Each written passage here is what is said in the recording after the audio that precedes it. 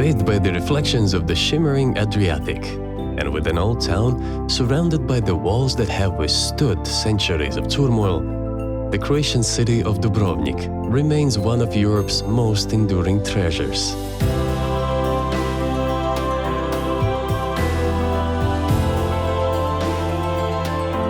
Just as an oyster shell protects life within, Dubrovnik's walls nurtured the flourishing maritime republic that once rivaled Venice.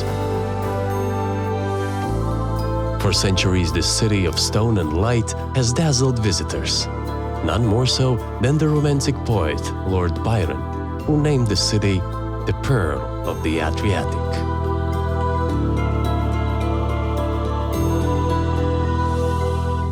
Cross the medieval bridge and entered the city through the grandest of its entrances, Pile Gate. Once inside, climb the ramparts for a history lesson like no other.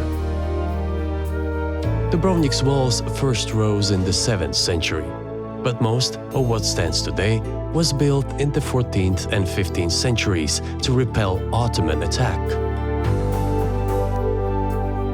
These are walls which have been shaken by armies and earthquakes. These are walls whose every stone tells the story of resilience and liberty. It takes an hour or two to walk the old city's ramparts, depending on how often you are stopped in your tracks by the views. Dubrovnik citizens have always valued harmony, and the sense of order and unity continues today as visitors circle the old town in an anti-clockwise direction. Stop for a while at Fort Bockar and take in the views to Fort Lawrence. In the 11th century, locals heard whispers of a cunning Venetian plan to build a base on these rocks from which to attack the city. Dubrovnik citizens mobilized, and within months the first walls of Fort Lawrence were in place. When the Venetian warships finally arrived, laden with men and materials, they were forced to simply turn around and sail for home. Follow the sea wall to the St. John's Fort, which protected the city harbor from enemy ships and pirates. Once home to a glorious fleet of over 200 trading vessels. For centuries, Dubrovnik was one of the world's great seafaring cities. Come down from the walls for a while and wander past the shipyard arches, where the Republic's legendary galleys could be built away from the eyes of foreign spies. Climb the ramparts once again and continue on to Fort Revelin, which offers even more commanding views of the harbor. In 1667, a great earthquake devastated most of the city. Such is the strength of Revelin that when the quake's dust finally settled, the fortress emerged unscathed. From Revelin, follow the northern wall to the highest point in the city's defenses, Fort Minsetta. During the fort's construction, rock was in such short supply that every visitor to the city was required to bring a stone. This stall created one of the city's most enduring symbols. From the fort's tower, the entire city stretches away like a vision.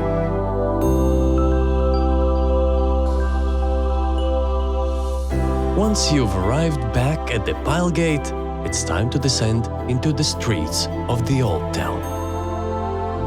The town is divided in two by the Stradon, a street paved with limestone and polished by centuries of footsteps.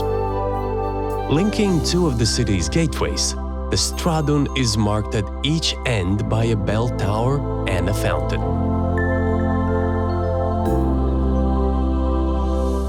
Refresh yourself at Onofrio's fountain and enjoy spring water as pure as when it was first piped here by aqueduct 500 years ago.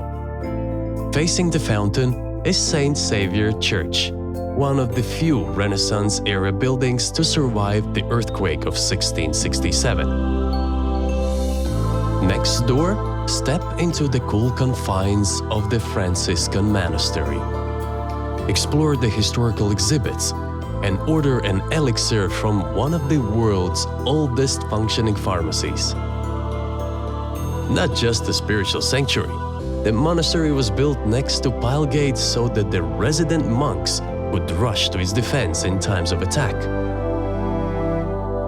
At the Stradun's eastern end, the city's clock tower looks over the old marketplace, Luza Square. Here you'll find some of Dubrovnik's finest architectural treasures, such as Sponza Palace and St. Blaise Church, which honors the city's patron saint and protector. After refilling your water bottle under the clock tower, head northwards to explore even more of the city's sacred places. Behind the imposing walls of the Dominican Monastery, relax in the quiet interiors of the chapel and admire the religious artworks. Breathe in the lemon-scented air of the cloisters, whose medieval wells supplied the besieged town as Yugoslavian shells rained down during the 1990s Croatian War of Independence. Just to the south of Luza Square, rise the massive Corinthian columns and Baroque dome of Dubrovnik's cathedral. While returning from the Third Crusade, the English king Richard the Lionheart was shipwrecked on the nearby island of Lorco. After being cared for by the people of Dubrovnik, the grateful king gifted the city 100,000 ducats to build a church, and the greatest cathedral in the Adriatic was born. When you're finished exploring the old city's architectural highlights, you'll discover endless moments of bliss down the city's alleyways and laneways too. But the city of Dubrovnik isn't just contained to its old town. There's plenty to explore just beyond its walls. Give your feet a break from the cobblestones and sink your toes into the pebbles and sand of Banje Beach. Cool off in the crystal clear waters, or just enjoy the sound of lapping waves as they kiss the sun-drenched Dalmatian coast.